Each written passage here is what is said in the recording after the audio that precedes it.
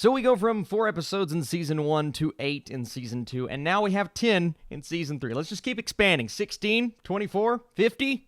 I'm game. What is up, fans? Welcome back to my channel. This is my official non-spoiler review of Castlevania Season 3. We've talked about every season on this channel. It's honestly one of my favorite Netflix shows. But does Season 3 measure up? Let's get right into it. So, in the first episode, Alucard adjusts to his lonely new life. Belmont and Sypha pay a visit to an eerie and unusual town, and Carmilla returns home with a prize. I was so excited for this season. If you guys saw my most anticipated Netflix series and movies of this month, this was up there. I loved seasons 1 and 2, and it's honestly felt like we went so long without this show, but this time we return with season 3. We have new characters. We have the same trio that we know and love, but this time they're not a trio necessarily. They're all split up because we have the death. Kind of spoilers for season 2, but if you haven't seen it, you should go check it out. We're going to spoil season 2, the death of Dracula that sets in motion what we get the events of this season. And here's what I'll say about this season. So I kind of expected Trevor and Sypha's storyline specifically to almost be like a monster of the week type scenario where every single episode we go and we face off against different monsters. But in this season, we see them encounter a small town and it kind of locks them in for the 10 episodes for a story to come about, and that particular storyline ends up coming to a conclusion by the end of the season, but it really takes up all of their time. Now, I did not expect that to happen, honestly, but I thoroughly enjoyed what happened with those two characters specifically because we're progressing through this story, developing their relationship a tad bit more. We saw what happened at the end of Season 2, setting up for very interesting things to come, but Sypha especially, her power set, I mean, she has to be one of the most powerful female characters in all of animation right now, especially on Netflix within these Netflix originals. I loved what we got from her in episodes 9 and 10. Now, we'll get into episodes 9 and 10. There's a lot of stuff that happens. There are 3 or 4 different other storylines happening across this show where we're introducing new characters and we're having to pay attention to everything going on within those storylines. There's a lot of betrayal. There are a lot of twists and turns within the final 3 episodes. And there's a lot of graphic stuff, and I'm talking sexual stuff. I'm talking what we know and love about the series, the beheadings, the blood, the gore, the violence. I enjoy that kind of stuff with this. And for some, I foresee Season 3 getting a tad bit too convoluted, and I completely understand that because there is a lot going on, way more than any other season. Now, that could be the fact that we're expanding into 10 episodes, which is 2 more than last season and 6 more than Season 1. Like I said before, I think Season 1 felt like a movie almost, with Dracula's storyline progressing and not the culmination ultimately, but we got a lot in Season 1 within a little bit of time. And this time, we have more time to develop characters and allow us to get more of a perspective on where the villainous characters come from.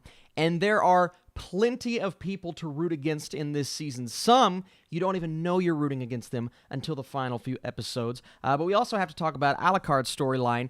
And this time, this guy is so lonely, is clearly missing his human friends, the connections that were lost at the end of last season. Now, he makes new connections, and he welcomes with open arms a couple of new individuals into his life, and it comes down to, can he accept the fact that these are new individuals that he must accept into his life? And that's a storyline where you're basically exploring the mentality of that character and how it's shifted a bit from Season 2 to Season 3. And then, of course, you have Hector Storyline, a.k.a. Carmilla's prisoner at this point. And this guy is going through so much, separated from whom he loved, and now he is basically being held captive. And he's manipulated. He's abused at points. Now, his storyline is not all about his growth in particular because he can't do all that much. But it does explore a relationship with one of Carmilla's sisters where she is reunited with her vampire sisters in this season, and I really enjoyed the addition of one character in particular that takes that storyline to a whole new level,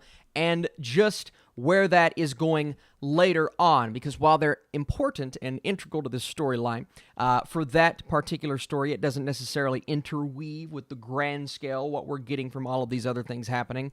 It does set up things for the future, and it allows us to see, hey, Castlevania, is not going away after Season 3. Now, some new additions to the cast include a mysterious time traveler that apparently comes straight from the video games. Now, I've said it before in my other reviews, I didn't necessarily get a chance to play the games. I watched my brother play them. I know a lot about the lore, and I've learned a lot through this series, but this character is voiced by Bill Nighy, and oh my goodness, I love his voice. I'm a massive fan. And what this character ends up doing, what his role is. One, he's playing off of Trevor and Sypha. We see them kind of become the new trio by the end of this season. Two, I said time traveler. I said he's a magician, what they refer to him as. There are so many sweet things that we get from his character. One Easter egg in particular, and I want to see if you guys know what it is. Now, if you're going to talk about this in the comments section, since this is a non-spoiler review, be sure to put a spoiler tag.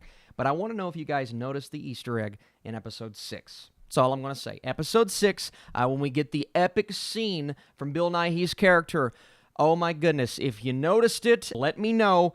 I would love to see how many people saw that and went like, oh, that's cool. We also have Jason Isaacs and Lance Riddick in the cast this time around. So a lot of familiar voices, a lot of familiar faces if you're fans of the video games, and just new individuals that add a lot to this season. Now, when I say add a lot, I mean it makes it extremely entertaining, but it almost gets to the point to where if you're not paying attention to one particular thing, or you check out for 30 seconds, you may fall behind. There's a lot going on, multiple storylines, and at times that can be a tad bit frustrating, especially since we're used to one or two major story arcs happening within this series, especially in Season 1, but Season 2 even. We had Dracula, we had what was happening with him and his group, and then we had the good guys. We had good guys and bad guys. It was far more simplified at that point. But this time, we have Carmilla and her sisters and Hector. We have Trevor and Sypha. We have Alucard. We have Isaac, which I haven't even talked about yet. He basically is the villainous force within this season, even though you look at his perspective and you say, oh, okay, I kind of understand where he's coming from after what happened. And we do get what we expect to happen at the end of the season. One force meeting up with another force, but there is still one more force out there that I believe is being saved for another storyline, plus the betrayal, and I mentioned that before, I'll mention it again, especially Episode 9. Now, I don't want to get too far into this, but if you are younger or you're watching this with your kids and you've just kind of ignored the violence and the cursing, you're just like, as long as there's no sexual stuff. There's a lot of sexual stuff. To the point where it made me a tad bit uncomfortable. Now, this is all personal. It's not going to make everyone uncomfortable, but I'm like, maybe that was too much.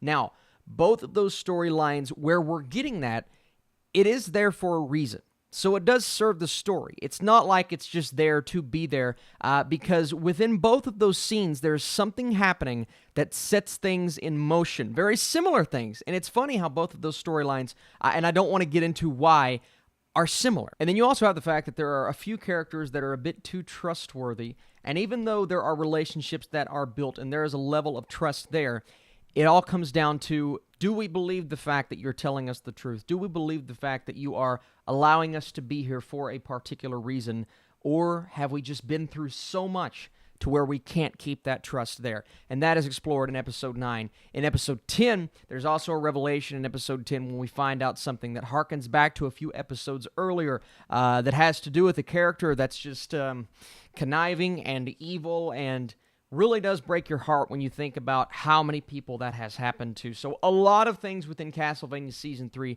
that I really, really liked. Episode 9 for me got a bit too outlandish, even though the action was incredible. You get some spectacular action scenes, and I've heard from a few people that it's full of action. I wouldn't necessarily say that. I would say there's way more time to breathe within Season 3, where the characters are building off of each other. Now, when you get an action scene, it's great, but it doesn't happen as often in Season 3, and I feel like that could bore some people. And of course, before I give you my score, if you guys enjoy this video, if you like what we're doing on this channel, be sure to leave it a thumbs up. So at the end of the day, I found a lot of things to like within Season 3. I still don't know how I feel about it compared to Seasons 1 and 2, because even though we get more time to resonate with these characters, it also means there's less action, and I still don't know how to feel about a few episodes, 9 in particular, where there's just so much happening, it almost takes away from the effect of the characters that we care the most about, but I'm curious to see how you guys feel. I still think it was a great season. It's a great show. It's going to take a lot for this show to give us a mediocre or bad season,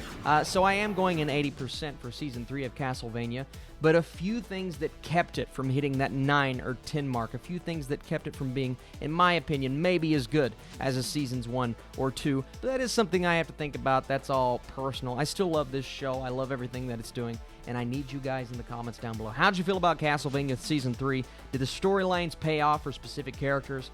And how do you feel about some of these Easter eggs, man? Be sure to leave a spoiler tag and hit that thumbs up button if you enjoy this review. You guys are truly the best. Thank you so much for watching. I'll see you soon.